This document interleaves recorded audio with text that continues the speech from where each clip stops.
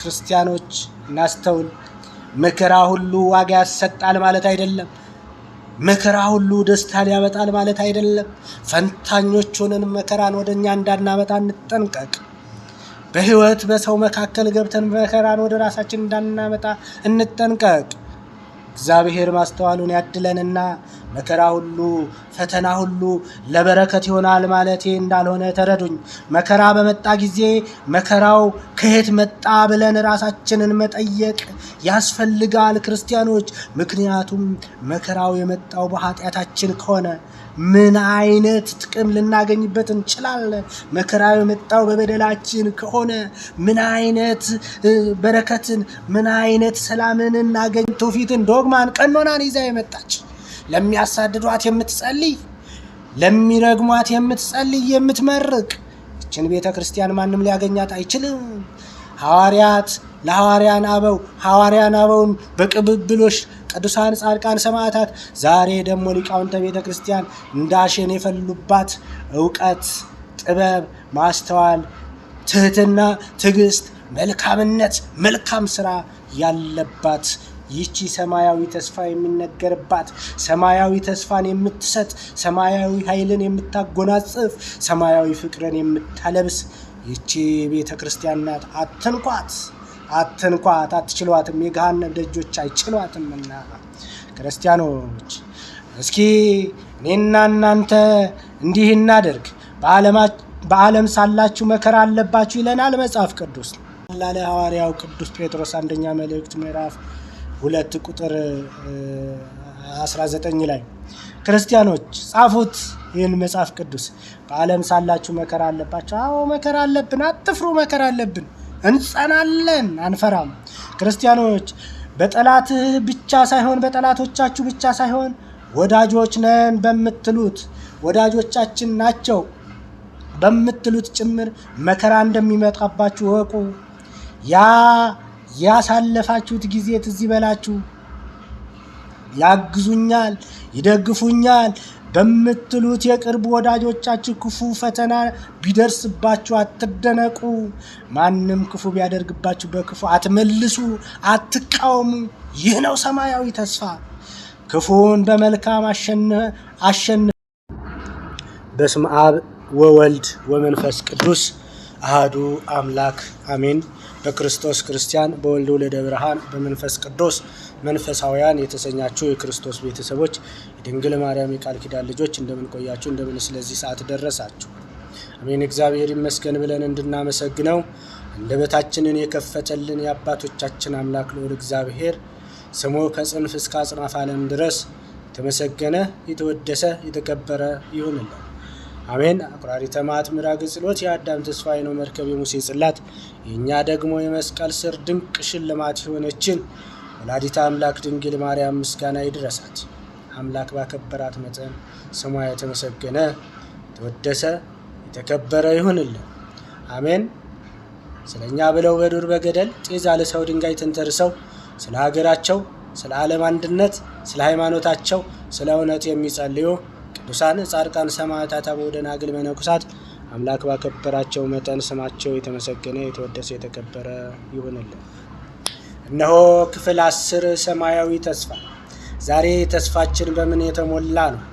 እስከ ክፍል 9 ድረስ ቅድም እንዳየነው ትናንት እንደተማርነው በሰፊው ያየነው ሰማያዊ ተስፋ የጠፋበትና ምድራዊ ተስፋ የተስፋፋበት እንደሆነ ተመልክተን እንግዲህ ቅዱስ ዮሐንስ በመልእክቱ 3ኛ የዮሐንስ መልእክት ምዕራፍ 1 ቁጥር 3 ላይ እንዳለው አንተ በእውነት እንደምትሄድ ስለ እውነት ሲመሰክሩ እጅግ ደስ ብሎኛልና ይላል።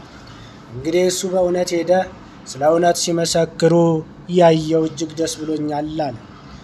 ይህንን ቃል እንግዲህ በዮሐንስ መልእክት ላይ እናገኘዋለን።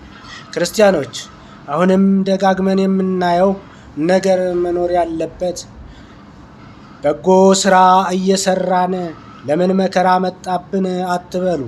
የሚገርመው ነገር በጎ ይሁን ክፉ ስራ ስትሰሩ በሁለቱም መከራ አለ። በጎም ስትሰሩ መከራ አለ፣ በክፉም ስትሰሩ መከራ አለ። ክፉ ሰርታችሁ መከራው የዘላለም ቅጣት ነው። በጎ ሰርታችሁ መከራው የሥጋ ቅጣት ነው። በጎ ሰርተን የዘላለም ጽድቅ ብናገኝ የተመረጠ ይሆናል ክርስቲያኖች። ስለዚህ በጎ ስራን እየሰራን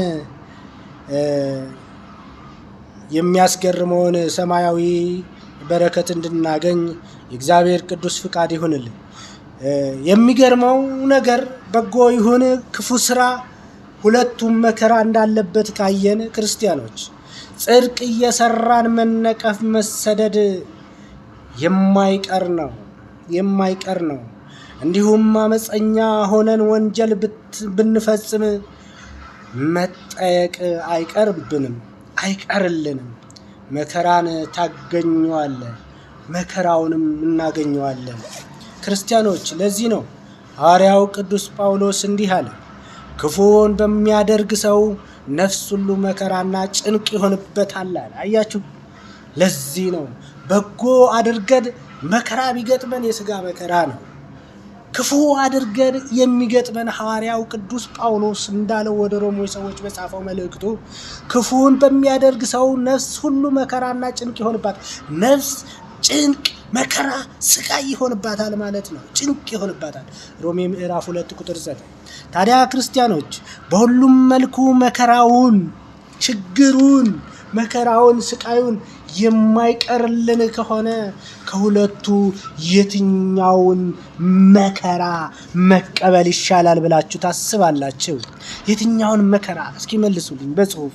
የትኛውን ምድራዊ መከራ መቀበል ይሻላል ወይስ ስጋዊ መከራ መቀበል ይሻላል? መልሱልኝ እስኪ። የትኛውን መከራ እንቀበል? የትኛውን መከራ ተቀብለን እንኖር? ክርስቲያኖች እስኪ መልሱልኝ። የትኛው መከራ ይሻላል? ምድራዊ መከራ ወይስ ሰማያዊ መከራ? ምድራዊ መከራ በስጋ ነው። በስጋ የሚገኝ መከራ ሰማያዊ እጩ ያደርገናል፣ ለሰማያዊ ተስፋ ያዘጋጀናል። በስጋ የሚገኝ መከራ ስለ ነፍሳችን እውነት እየተናገርን፣ ስለ እውነት እየመሰከርን፣ ስለ ሃይማኖታችን እየተጋደልን ካለፍን በሰማያት መዝገብ የማይጠፋ ተጽፎ ይቆየናል። ግን በዚህ ምድር መጥፎ ስራ እየሰራን ገድለን፣ አሰቃይተን፣ አፈናቅለን፣ አሳደን ከሄድን በዛኛው የነፍስ ሁሉ መከራ ብዙ ነው። ሐዋርያው ቅዱስ ጳውሎስ ክፉውን በሚያደርግ ሰው ነፍስ ሁሉ መከራና ጭንቅ ይሆንባታል። ክፉውን በሚያደርግ ሰው ነፍስ ሁሉ መከራና ጭንቅ ይሆንባታል አለ። እንግዲህ ክርስቲያኖች የትኛውን እንደምትመርጡ እናንተ ታውቃላችሁ። እንዲሁም እንግዲህ ሐዋርያው ቅዱስ ጴጥሮስ የሚሻለውን እንደዚህ ብሎ አስቀምጦልናል በመጽሐፍ ቅዱስ አንደኛ ጴጥሮስ ምዕራፍ 3 ቁጥር 17 ላይ ክፉ ስለማድረግ ሳይሆን በጎ ስለማድረግ መከራን ብትቀበሉ ይሻላችኋልና አለ። የትኛው እንደሚሻል ጭምር አስቀመጠልን። የትኛው እንደሚሻል ጭምር ነገረን። ክፉን አለ ክፉን ስለማድረግ ሳይሆን በጎ ስለማድረግ መከራን ብትቀበሉ ይሻላችኋልና አለ። ምንኛ መታደል ነው ክርስቲያኖች! ክፉን አድርጋችሁ መከራን ከምትቀበሉ መልካምን አድርጋችሁ መከራን ብትቀበሉ ይሻላችኋል። አዎ መከራ ቢደርስብን በስጋ አትፍሩ፣ በሰማይ መዝገብ አለ። መከራን የሚያደርሱብንን ግን ያኔ በስተመጨረሻ የሚደርስባቸውን መከራ የዘነጉ ናቸው። ክርስቲያኖች እንዲህ ይለናል፣ እናንተ ለጽድቅ ሥራ ስትሯሯጡ የእግዚአብሔርን መንግሥት ለማስፋት ቀና ጎንበስ ስትሉ የሚገጥማችሁ መከራ ለክብር መሆኑን እንወቅ። ክርስቲያኖች ምናልባት መከራው ከባድ ፈተና ሆኖ እንደ እሳት ሊለበልበንም ይችላል። ወደኋላ ግን አትሽሹ። ሰይጣን ፈተና በፈተና መከራን በመከራ ላይ ቢደራረብባችሁ አትራዱ፣ አትፍሩ፣ እንዳትደነቁ፣ አትደነቁ። አይዟችሁ፣ በርትታችሁ ለፉት። በርቱ፣ እየበረታችሁ ታገሱት። የመከራን ወላፈን ታጠቁት። የመከራውን ዋጋ እዩት፣ ተመልከቱት። ክርስቲያኖች መጽሐፍ ቅዱስ የመከራውን ዋጋ ገልጦ ሲያሳየን የበለጠ ደስታ እንዳለው የመጽሐፍ ቅዱስ ክፍል እንደዚህ ያስረዳናል። ጴጥሮስ ምዕራፍ 4 አንደኛ ጴጥሮስ ምዕራፍ 4 ቁጥር 12 እስከ 14 እንዲህ ይለናል። ክርስቲያኖች ወዳጆች ሆይ በእናንተ መካከል እንደ እሳት ሊፈትናችሁ ስለሚሆነው መከራ ድንቅ ነገር እንደመጣባችሁ አትደነቁ አለ። አትደነቁ፣ ነገር ግን ክብሩ ሲገለጥ ደግሞ ሐሴት እያደረጋችሁ ደስ እንዲላችሁ በክርስቶስ መከራ በምትካፈሉትም ልክ ደስ ይበላችሁ። ስለ ክርስቶስ ስም ብትነቀፉ የክብር መንፈስ የእግዚአብሔር መንፈስ በእናንተ ላይ ያልፋልና ብፁዓን ናችሁ። መታደል ነው ክርስቲያኖች፣ ምንኛ መታደል ነው ክርስቲያኖች፣ ምንኛ መመረጥ ነው ክርስቲያኖች፣ ምንኛ መመረጥ ነው፣ ምንኛ መታደል ነው ክርስቲያኖች። እግዚአብሔር ይመስገን። ሰማያዊ ተስፋን የሰጠን አምላክ ቅዱሳን የመድኃኒት በር የሰጠን የመድኃኒት በር አድርጎ ይችን ሰማያዊ ተስፋን አድርገን መከራን እየተቀበልን በሯን እንድንገባ ያደረገን መድኃኔዓለም ክብርና ምስጋና ይድረሰው። እውነት ነው። እስኪ መጽሐፍ ቅዱስን እንመልከተው። ክርስቲያኖች መከራን መታገስ ምን ያህል ዋጋ አለው? ብፅዕና ጭምር። ብፁዓን ናችሁ 4 ነጥብ ተዘጋ። ምንኛ መታደል ነው! ምንኛ መመረጥ ነው! ምንኛ መደሰት ነው! ክርስቲያኖች መከራ ታላቅ ዋጋ አለው። እመክራችኋለሁ፣ መከራ ታላቅ ዋጋ አለው። መሰናክሉን ማለፍ ዋጋ አለው። ክርስቲያኖች መከራ የሚያሰጠውን ትልቅ ደስታ እንመልከት።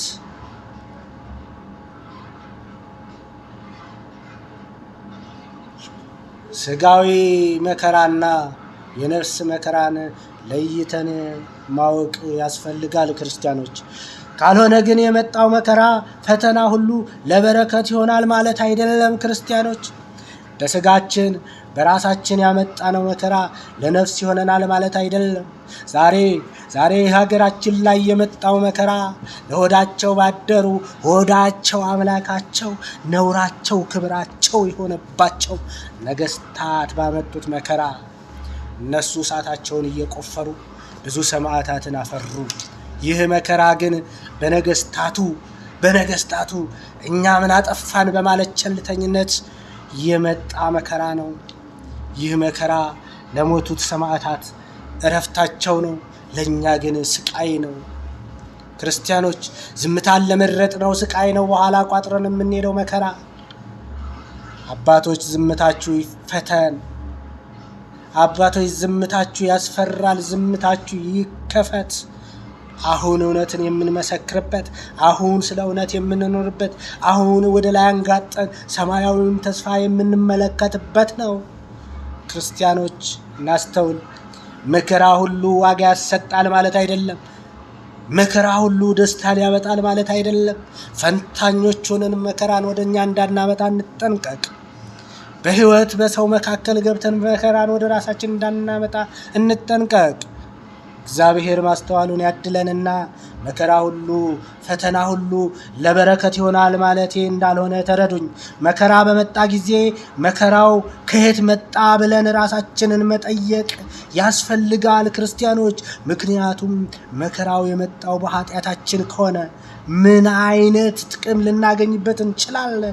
መከራው የመጣው በበደላችን ከሆነ ምን አይነት በረከትን ምን አይነት ሰላምን እናገኝበታለን ብለን መጠየቅ ያስፈልጋል ክርስቲያኖች።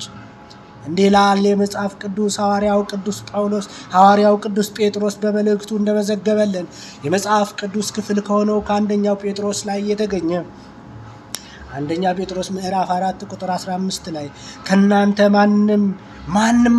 ከናንተ ማንም ነፍሰ ገዳይ ወይም ሌባ ወይም ክፉ አድራጊ እንደሚሆን ወይም በሌሎች ጉዳይ እንደሚገባ ሆኖ መከራን አይቀበል። 4 ነጥብ። ምንኛ መታደል ነው እናታችሁ ይህን መጽሐፍ ቅዱስ ማንበብ። ምንኛ መመረጥ ነው ክርስቲያኖች ይህን መጽሐፍ ቅዱስ ማወቅ። ይህን ያላወቁ ዛሬ ያሳድዳሉ። ይህን ያልተረዱ ዛሬ ይገድላሉ። ይህን ያልተረዱ ዛሬ በስልጣን ላይ ያሉ የሚሞቱት ወገኖቻቸውን ለመጠበቅ አልቻሉም፣ ለመግደል ይፈጥናሉ። ይህንን አላወቁትማ፣ ያንን የማታልፈውን መንግሥተ ሰማያት አልተመለከቱማ።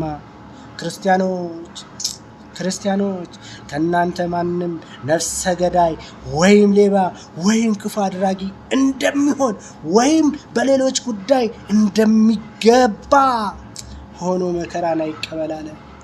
አንደኛ ጴጥሮስ ምዕራፍ 4 ቁጥር 15 ላይ ክርስቲያኖች ትልቁ የተጠራንበት ምክንያት ስለ እውነት ጽድቅ መከራን እንድንቀበል።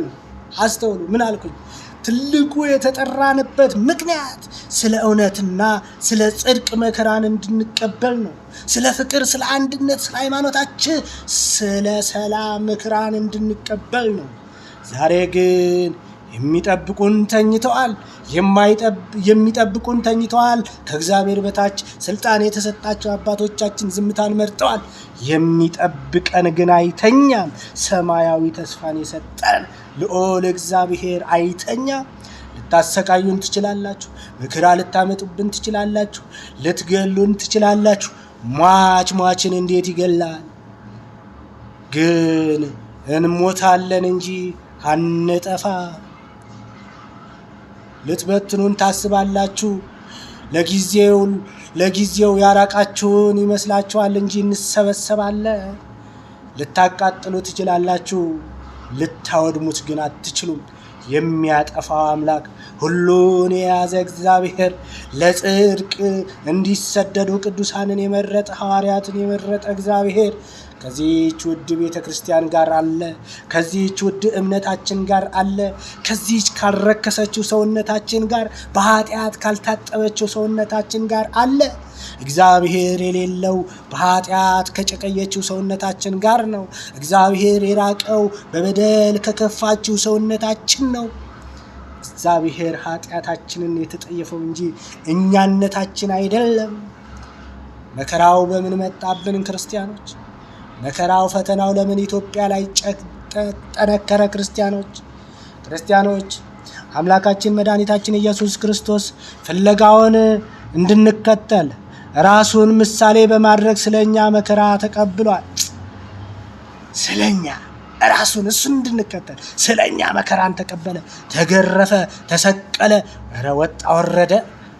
ስንቱን አደረገው ክርስቲያኖች። እኛ አይምንትም አናደርገውን እሱ ግን 6666 ጅራፍ ተገረፈ። አንድ ጅራፍ አትገረፍም አንተ ግን። እኛ ግን አይደለም 6000 10 ጊዜ አንገረፍም ክርስቲያኖች። መልሰን በቡጢና ነጭቅ ይሆናል። አቤት ክርስቲያኖች! አሁን ክርስቲያን እንባላለን። እኔም ክርስቲያን እባላለሁ አሁን ይሄንን እየተናገርኩ።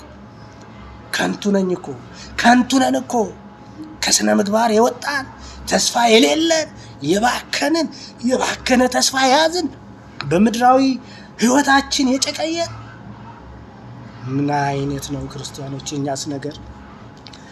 እንግዲህ አንደኛ ጴጥሮስ ምዕራፍ 2 ቁጥር 21 ላይ ያነቡት ስለዚህ በሰፊው የሚገልጽ የመጽሐፍ ቅዱስ ክፍል ነው። ክርስቶስ ግን ለኛ ምሳሌ ሆኖናል። እንዲሁም የፈጣሪ እናታችን ቅድስት ድንግል ማርያም ዘመኗን ሁሉ ብንመረምረው ከልጇ ከወዳጇ ጋር ይገርማል በመሆን ከባድ መከራን አሳልፋለች። ይቺ የኛ እናት ተስፋችን ድንግል ማርያም ከባድ መከራን ተቀብላለች። እናታችን ቅድስት ድንግል ማርያም ገና ሳትወለድ የጀመራት መከራ እስካረፈችበት ጊዜ ድረስ ያሳለፈችው መከራ በፍጹም እንደዋዛ ሊገለጽ አይችልም፣ ሊዘነጋም አይችልም። ለነገሩ ዛሬ ሉተር ጫጭቶች እመቤታችንን ያሳድዷታል። አዎ ተስፋችን ናታ። አንቲ ውእቱ ተስፋው ለአዳም፣ አንቺው ነሽና ተስፋው ለአዳም። የአዳም ተስፋ ከገነት በወጣ ጊዜ የአዳም ጌጡ፣ አዳም በተራጎጠ ጊዜ ልብሱ፣ አዳም ባዘነ ጊዜ ደስታው፣ አዳም ባለቀሰ ጊዜ እንባውን ያበሽ የእንባው ካባ አንቺ ነሽ። እመቤታችን ቅድስት ድንግል ማርያም ባትኖር መዳን ከየት ይገኛል? የሷን ሐዘን የሷን እናትነት እንዴት እንግለጸው? አታስፈልገንም ይላሉ። መድኃኔዓለም ክርስቶስ ማስተዋሉን ይስጠን። ካልተሰማ ጻፉልኝ። ይሰማል አይደል? መድኃኔዓለም ኢየሱስ ክርስቶስ የድንግል ማርያም ልጅ ያደረገን ክብርና ምስጋና ይድረሰው። እሺ እመቤታችን ቅድስት ድንግል ማርያምን ወደን አክብረን አፍቅረን እናት እያልን መብርሃን የኛ እናት የመስቀል ስር ሰነድ ወላዲተ አምላክ እያልን እንድናልፍ የሱ ቅዱስ ፍቃድ ይሁንልን። ቅዱሳንንም እያከበርን እንድናልፍ የሱ ቅዱስ ፍቃድ ይሁንልን። አዎ አስተውሉ። እመቤታችን ቅድስት ድንግል ማርያም በእኛ ቤት አትመለክም ትመለካለች የሚሉ አሉ። አናመልካትም። የሚመለከው ግን ልጇ መድኃኒታችን ኢየሱስ ክርስቶስ ነው። የሚመለከው እርሱ ነው። የአምልኮ ስግደት የሚሰጠው ለእሱ ብቻ ነው። የሚገርመው ግን ይህንን ያልተረዱ ቤተ ክርስቲያንን ያሳድዳሉ። የናጡት ነካሾች የሆኑ መልሰው ቤተ ክርስቲያንን ዛሬ ይነክሷታል፣ ይበሏታል፣ ይጠቧታል። በፊት እንዳላደጉባት ዛሬ ደግሞ ይኮረኩሟታል። አታሸንፏትም፣ አትልፉ፣ አትቀድሟትም። እሷ ታሪክን፣ እውነትን፣ ባህልን፣ ትውፊትን፣ ዶግማን፣ ቀኖናን ይዛ የመጣች ለሚያሳድዷት የምትጸልይ፣ ለሚረግሟት የምትጸልይ፣ የምትመርቅ ይችን ቤተ ክርስቲያን ማንም ሊያገኛት አይችልም። ሐዋርያን አበውን በቅብብሎሽ ቅዱሳን ጻድቃን ሰማዕታት፣ ዛሬ ደግሞ ሊቃውንተ ቤተ ክርስቲያን እንዳሸን የፈሉባት እውቀት፣ ጥበብ፣ ማስተዋል፣ ትህትና፣ ትዕግስት፣ መልካምነት፣ መልካም ስራ ያለባት ይቺ ሰማያዊ ተስፋ የሚነገርባት፣ ሰማያዊ ተስፋን የምትሰጥ፣ ሰማያዊ ኃይልን የምታጎናጽፍ፣ ሰማያዊ ፍቅርን የምታለብስ ይቺ ቤተ ክርስቲያን ናት። አትንኳት፣ አትችሏትም። የገሃነም ደጆች አይችሏትምና ክርስቲያኖች እስኪ እኔና እናንተ እንዲህ እናደርግ። በዓለም ሳላችሁ መከራ አለባችሁ ይለናል መጽሐፍ ቅዱስ። በዓለም ሳላችሁ ምን አለባችሁ? መከራ አለባችሁ ይለናል። ይህንን እንዲህ የሚለውን የመጽሐፍ ቅዱስ ጥቅስ በቤታችን ግድግዳ ለጥፈን ስንወጣና ስንገባ እናንበው፣ እንመልከተው። ምን የሚለውን? በዓለም ሳላችሁ ምን አለባችሁ? መከራ አለባችሁ። በዓለም ምን አለባችሁ? መከራ። በምን ሳላችሁ? በዓለም ሳላችሁ ምን አለባችሁ? መከራ አለባችሁ። እግዚአብሔር ማስተዋሉን ይስጠን። ይህንን ካደረግን በእርግጠኝነት በየቀኑ የሚደርስብንን ፈተና መከራ እንታገሰዋለን። ይረዳናል እግዚአብሔር። እየታገስን እናልፈዋለን። ብዙ ጊዜ የምናማርረው በዓለም መኖር በመከራ መኖር መሆኑን ስለምንዘነጋው ነው። በመከራ ውስጥ እንዳለን ስለምንረሳው ነው የምናማርረው። ክርስቲያኖች አትገረሙ፣ አትደነቁ። መልካም ስራ እየሰራን ግፍ ቢደረግብን፣ መልካም ስራ እየሰራችሁ ግፍ ቢደረግባችሁ ተመስገን በሉ፣ ተመስገን እንበል። በመከራችን ጊዜ ማመስገን እንችል ዘንድ ይህንን አጭር መጽሐፍ ቅዱስ፣ ይህንን አጭር ጥቅስ በልቦናችን ጽላት እንጻፈው። ይህንን የመጽሐፍ ቅዱስ ክፍል በልቦናችን እንሳለው። የትኛውን? አንደኛ ጴጥሮስ ምዕራፍ 2 ቁጥር 12 ላይ በግፍ መከራን የሚቀበል ሰው እግዚአብሔርን እያሰበ ሐዘንን ቢታገስ ምስጋና ይገባዋል። ምስጋና እኮ ይገባቸዋል አለን መጽሐፍ ቅዱስ። ክርስቲያኖች እነኛ ዛሬ ቤተ ክርስቲያን ሆነው ስለ እውነት እየተናገሩ አትግደሉን እያሉ በአርሲ በሻሸመኔ መከራን እየተቀበሉ ያሉ ክርስቲያኖችን ተመልከቷቸው። ስለ እነሱ መጽሐፍ ቅዱስ እንዲህ አለ። አንደኛ ጴጥሮስ ምዕራፍ 2 ቁጥር 19 ላይ በግፍ መከራን የሚቀበል ሰው እግዚአብሔርን እያሰበ ሐዘንን ቢታገስ ምስጋና ይገባዋል። እነሱ ምስጋና ይገባቸዋል። አከበራቸው ጌታችን መድኃኒታችን ኢየሱስ ክርስቶስ። መረጣቸው ጌታችን መድኃኒታችን ኢየሱስ ክርስቶስ። ወደዳችሁም ጠላችሁም እንዲህ ናት የኛ ቤተ ክርስቲያን። ይህንን ነው የምታስተምረው። ግደለው አትልም፣ አታስገድልም። ጸልዩላቸው ነው የምትለው። ይህ ነው እንግዲህ እየገደላችሁን ስለናንተ ይህንን እናገራለን። ገዳዮች ሆይ ተመለሱ፣ ዝምታን የመረጣችሁ የቤተ ክርስቲያን የበላይ ጠባቂዎች ሆይ ተመለሱ፣ ዝምታችሁን ስበሩ፣ ጠብቁን፣ እኛም እንታዘዝ፣ እኛም እንገዛ። ምክንያቱም የተሸከማችሁት መስቀል የሚገዛ ነው። ሞትን ቀጥቅጦ ከእግራችን ስር የጣለ ነው። ጠላት ዲያብሎስን ሰይጣንን የሚያሳፍር መስቀል ኃይልነ፣ መስቀል ጽንነ። መስቀል ኃይላችን ነው። መስቀል ቤዛችን ነው። መስቀል የነፍሳችን መዳኛ ነው። መስቀል መጽኛችን ነው። መረጋጊያችን ነው። ከሞት ማምለጫችን ነው። ደሙ የፈሰሰበት የተቀደሰ ነው። ክርስቲያኖች ይህንን እያሰብን ለአባቶቻችን እየታዘዝን እንጓዝ። ዝምታቸው ያስፈራል አይደል? አንፍራ። የማያስፈራው እግዚአብሔር የሚጠብቀን፣ ለገዳዮቻችን የሚያስፈራው ለኛ ደግሞ እንደ አባት የሚቀርበን መድኃኔዓለም ኢየሱስ ክርስቶስ አለ። ለገዳዮቻችን በፊቱ መቆም እንኳን የማይገባቸው እኛን ሲያሳድዱ መከራን ሲያመጡብን እኛ ደግሞ ተመስገን እያልን ካለፍን ነገን አዲስ ቀን እናያታለን ክርስቲያኖች። እና በግፍ መከራን የሚቀበል ሰው እግዚአብሔርን እያሰበ ሐዘንን ቢታገስ ምስጋና ይገባዋል አለ ሐዋርያው ቅዱስ ጴጥሮስ አንደኛ መልእክት ምዕራፍ 2 ቁጥር 19 ላይ። ክርስቲያኖች ጻፉት ይህን መጽሐፍ ቅዱስ። በዓለም ሳላችሁ መከራ አለባችሁ። አዎ መከራ አለብን፣ አትፍሩ። መከራ አለብን፣ እንጸናለን፣ አንፈራም። ክርስቲያኖች በጠላትህ ብቻ ሳይሆን በጠላቶቻችሁ ብቻ ሳይሆን ወዳጆች ነን በምትሉት ወዳጆቻችን ናቸው በምትሉት ጭምር መከራ እንደሚመጣባችሁ ወቁ። ያሳለፋችሁት ጊዜ ትዝ ይበላችሁ። ያግዙኛል፣ ይደግፉኛል በምትሉት የቅርብ ወዳጆቻችሁ ክፉ ፈተና ቢደርስባችሁ አትደነቁ። ማንም ክፉ ቢያደርግባችሁ በክፉ አትመልሱ፣ አትቃወሙ። ይህ ነው ሰማያዊ ተስፋ። ክፉን በመልካም አሸንፍ እንጂ ይለናል ሐዋርያው ቅዱስ ጳውሎስ።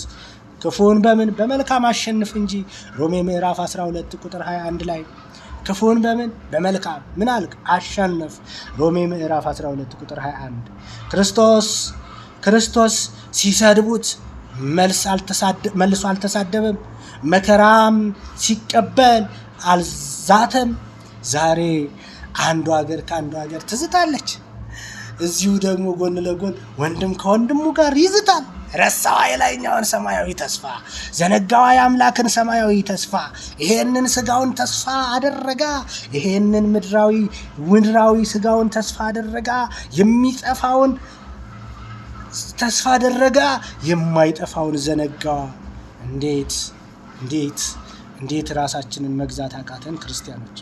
ሲሰድቡት መልሶ አልተሳደበም፣ መከራንም ሲቀበል አልዛተም። ጌታችን መድኃኒታችን ኢየሱስ ክርስቶስ እሱ እኮ በአንድ ጊዜ ዓለምን ማጥፋት የሚችል፣ በአንድ ጊዜ ማቅለጥ የሚችል፣ በአንድ ጊዜ ቀጥቅጦ ማጥፋት የሚችል ጌታ ሲሆን ግን ዝም አለ። እኛን ለማዳን ምንኛ መታደል ነው! ይሄ ለእኛ አርአያ ሊሆነን እንጂ ወንጀል ሰርቶ አይደለም። ጌታ መድኃኔዓለም ኢየሱስ ክርስቶስ ክብር ይግባውና ወንጀል ሰርቶ አይደለም። የኛን ወንጀል እሱ ተሸከመ፣ የኛን ኃጢአት እሱ ተሸከመ፣ የኛን በደል እሱ ተሸከመ። አጠበን በደሙ በስጋው አነጻን፣ ከኛ ጋር እንዳንዱ ሆነ። ክርስቲያኖች መታደል ነው። ይህ ነው ተስፋ ማለት። ይህ ነው የማይቋረጠው ተስፋ ማለት። ይህንን ሰማያዊ ተስፋ አንጋጠን የታጠብንበትን ያንን ደመ መለኮት እንመልከተው። የታደስንበትን ያንን ቅዱስ ስጋ እንመልከተው። ክርስቲያኖች እንግዲህ እናንተ ሁሉም በዝምታ ጌታችን እንዳለፈው እኛም በዝምታ እንለፈው። በጎ እየሰራን መከራ ከተቀበልን ብፁዓን ነንና ብፁዓን ናችሁና ብጽዕናንም ታገኛላችሁና ጽኑ።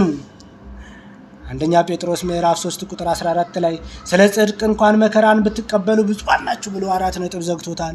ስለምን? ስለ ጽድቅ መከራን ብትቀበሉ ብፁዓን ናችሁ። ብጽዕናን ማግኘት ምንኛ መታደል ነው! ታገሱ፣ እንታገስ። ይችን የጽድቅ ፍሬ እንድናገኝ፣ ይችን የመከራ ጊዜ እንድናልፍ አባቶቻችን ዝምታቸውን እንዲሰብሩ እየነገርናቸው እየታዘዝናቸው እንለፍ። ይህ መከራ ጊዜ ያልፋል። ዛሬ ያሉ ባለስልጣናትም ያልፋሉ፣ ትናንት ያሉትም አልፈዋልና እንጽና በእምነታችን፣ እንጽና በእውነት፣ እንጽና በእምነት፣ እንጽና በተስፋ። በየትኛው ተስፋ? በሰማያዊ ተስፋ። ክርስቲያኖች ውሸት መናገር ለተናጋሪውም ለሰሚውም እጅግ የሚያስጠላ ነው። ምናልባት ግን እናንተ በጎ እየሰራችሁ ስማችሁ በክፉ ተለውጦ ውሸት ተነግሮባችሁ ከሆነ እንዳታዝኑ አደራ አላችኋለሁ። አትዘኑ፣ አትዛሉ፣ አትድገሙ። የሚነገርብንን ውሸት የሚነገርባችሁ ውሸት ከአካባቢ አልፎ በፈጣኑ የመረጃ መረብ በፈጣኑ የኢንተርኔት መረብ ለመላው ዓለም ተዳርሶም ሊሆን ይችላል። እውነቴን ነው የምላችሁ ክርስቲያኖች፣ ይሄ ነገር ሆኖ ሊሆን ይችላል። በኢንተርኔቱ በተለያዩ ነገር ስማችሁ ጠፍቶ ሊሆን ይችላል። እውነቴን ነው የምለው፣ በጣም ደስ ሊላችሁ ይገባል። ምክንያቱም ሰው ቢያሞግሳችሁ ምን ዋጋ ታገኙበታላችሁ? ምን በረከት ታገኙበታላችሁ? በረከትን እንዳታጡበት ደስ ይበላችሁ። በረከትን እንዳታጡበት ደስ ይበላችሁ። ግን ለተናገረብን ውሸት መልስ እየሰጠን አትከራከሩ። መልስ እየሰጣችሁ አትከራከሩ። መልስ እየሰጠን አንከራከር። ሰምታችሁ እንዳልሰማችሁ ካለፋችሁት ግን ሁሉን ከሚያውቅ አምላክ ታላቅ ዋጋ ትቀበላላችሁ። ሁሉን ከሚይዝ አምላክ ታላቅ ዋጋን ትቀበላላችሁ። መጽሐፍ ቅዱስ ስለዚህ ምን ይለናል? እንዲህ ይላል፣ ሲነቅፋችሁና ሲያሳድዷችሁ በእኔም ምክንያት ክፉን ሁሉ በውሸት ሲነግሩባችሁ ብፁዓን ናችሁ፣ ዋጋችሁ በሰማያት ታላቅ ነውና ደስ ይበላችሁ አለ። አቤት መታደል! ምን ይበላችሁ? ደስ ይበላችሁ።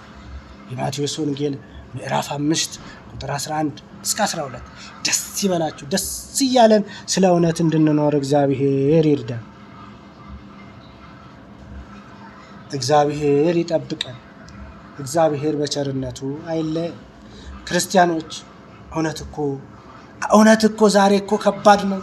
ለመኖር እኮ የከበደን ጊዜ ላይ ነው የምንገኘው። ስለ እውነት እኮ መኖር እኮ አቅቶናል። እግዚአብሔር ማስተዋሉን ያድለን። ክርስቲያኖች አሁንም መልካም እየሰራችሁ ሐሜትና ነቀፋታ የሚበዛባችሁ ከሆነ ለምን ሳትሉ ረጋ ብላችሁ ቅዱስ ዲሜጥሮስን መለስ ብላችሁ አስቡ። ቅዱስ ዲሜጥሮስን መለስ ብላችሁ አስቡ። ታሪኩ እንዲህ ነው። ቅዱስ ዲሜጥሮስ ባልዋለበት ባላደረበት ኃጢአት በሁሉ ዘንድ ተነቀፈ። ይኸውላችሁ ባልዋለበት አዋሉት፣ ባላደረበት አሳደሩት፣ ባልተገኘበት አስገኙት። ንጽሕናውን ጠብቆ የሚኖረው ሰው ትልቁም ትንሹም አሙት፣ ሰደቡት። እርሱ ግን እየተነቀፈም እየታመመም አፍ እንደሌለው መልስ ሳይሰጥ ለ47 ዓመታት አይከብድም? ለ47 ዓመታት ታገሳቸው ቅዱስ ዲሜጥሮስ። ምንኛ መታደል ነው! እየተሰደቡ ዝም ማለት፣ እየተነቀፉ ዝም ማለት፣ እየታሙ ዝም ማለት። እንችላለን ወይ እኛ? ወደኛ እናጣው። እንችላለን ወይ እኛ? ይህንን መፈጸም እንችላለን ወይ? ዝም ማለት 47 ዓመት። አቤት! ለ47 ዓመታት ታገሰ። በተቀበለው መከራ እግዚአብሔር መንፈስ ቅዱስ ሞላው። ከዛ በኋላ የተሰወረውን ለማየትና ለማወቅ ምስጢር ተገለጸለት። በቅዱስ ቁርባን ጊዜ ቅዱስ ቁርባኑን ለመውሰድ የማይገባቸውን እንዳይወስዱ ይከለክላቸው ነበር። ምንኛ መታደል ነው ክርስቲያኖች! ይህንን ጸጋ ማግኘት።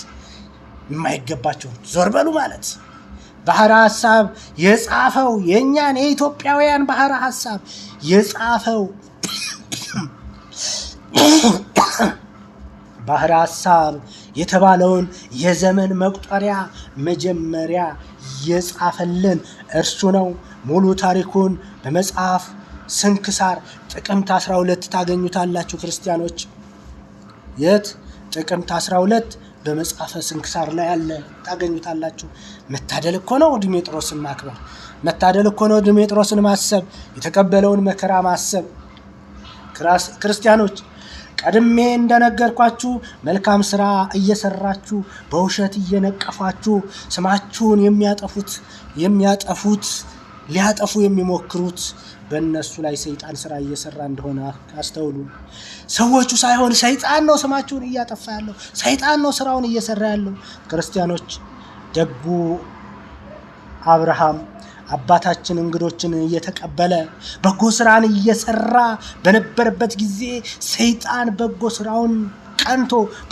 ስራው ቀንቶ ስሙን እንዳይጠራ፣ ስሙን እንዳጠፋው፣ ስሙ እንዳይጠራ ታሪኩ አትርሱ፣ እውነትን አትርሱ። ይህንን ታሪክ እናስታውሰው ክርስቲያኖች። ወደ ቤቱ የሚመጡትን እንግዶች በመንገድ ጠብቆ ስለ አብርሃም ውሸት በመናገር ስሙን በማጥፋት እንግዶቹን ከመንገዳቸው ይመልሳቸው ነበር። አያችሁ ክርስቲያኖች፣ በጎ ስራ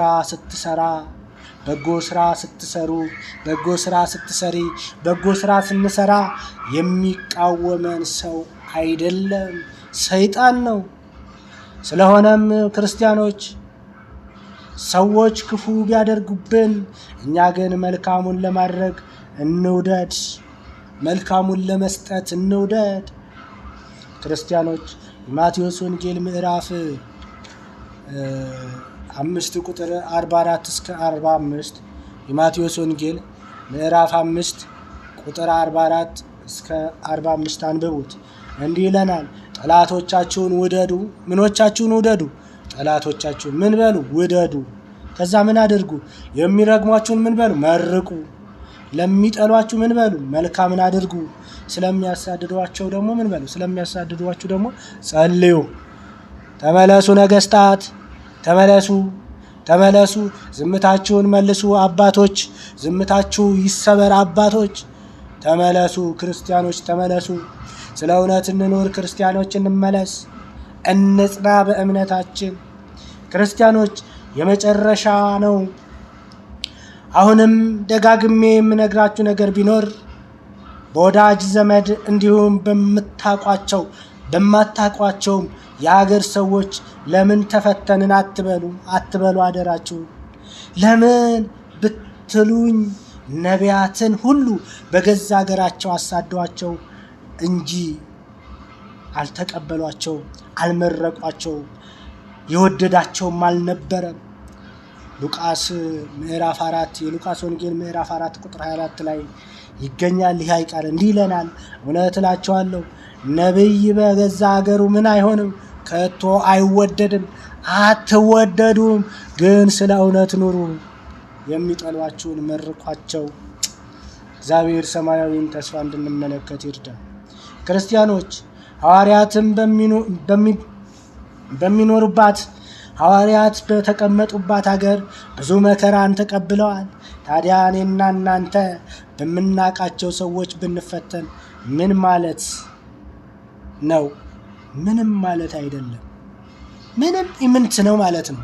ሐዋርያት ተቀበሉ፣ ነቢያት ተቀበሉ፣ ጻድቃን ተቀበሉ፣ ቅዱሳን ተቀበሉ። እነሱ ዋጋ አገኙበት። እኛ ዋጋ እንዳናጣበት እግዚአብሔር ይርዳን። ዋጋ እንዳናጣበት። እውነት እላችኋለሁ ነቢይ በገዛ ሀገሩ ከቶ አይወደድም። እና እናስተውል ክርስቲያኖች። ምንም የሚጠቅመንን ነገር እንዳናጣ፣ የማይጠቅመንን ምንም ነገር እንዳንሰራ። ማጠቃለያ ለነገ መግቢያ የሚሆነን የዛሬውን እየከለስን የምናልፍበት እነርሱም አለ አንደኛ ተሰሎንቄ ምዕራፍ 2 ቁጥር 14 ላይ እንዲህ አለ፣ እነሱም አለ